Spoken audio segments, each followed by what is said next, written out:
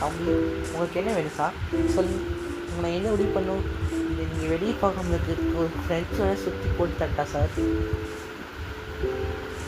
சொல்லுங்கள் சார், சொல்லுங்கள். உங்களோட பூனையா சார் இது? முடிப்பு உனக்கு என்னடா வேணும்? ஃப்ரெண்ட்ஸ் மட்டும் போட்டு தட்ட அடுத்த வாரம் வரும்போது திரும்பி வருவேல? ஆமாம், நான் கண்டிப்பாக வருவேன் சார். சரி, ஃப்ரெண்ட்ஸ் அடுத்த வாரம் வரும்போது போட்டு தரேன். பின்னாடி வந்துட்டு இருக்கேன். சொல்லு. சாரி சார், தெரியாமல் வந்துட்டேன், மன்னிச்சுக்கோங்க. ஓகே நீ இப்போ கிளம்பு. உன் தொல்லை தாங்க முடியல. அப்படியே சார், தேங்க்யூ சார். நீங்கள் ஒரு ஆடு இருக்கு, மாடிச்சு வலை சார்.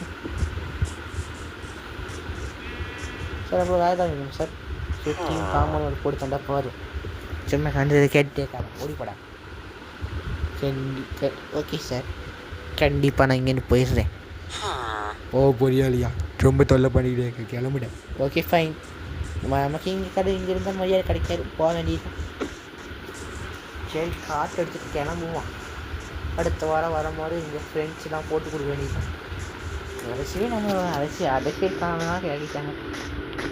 அரசியல்காரனாக ஆக்கிட்டாங்க போனேன். நம்ம கிளம்புவோம். ஏதாவது வேணுமா? போவோம். பனிக்குடி பை பை. என்ன வீட்டுக்கு போய்க்குள்ளே வெடிச்சிடும் போல.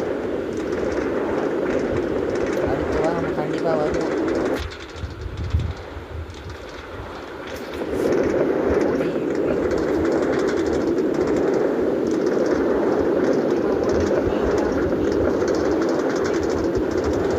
ஃப்ரெண்ட்ஸ் ஆக்கி நம்ம வீட்டுக்கு போய் நம்மளே வச்சு வளர்த்துக்கலாம். ஸோ இந்த பூனைக்கு எவ்வளோ, அந்த பூனைக்கு எவ்வளோ வேணும்னு கேட்டு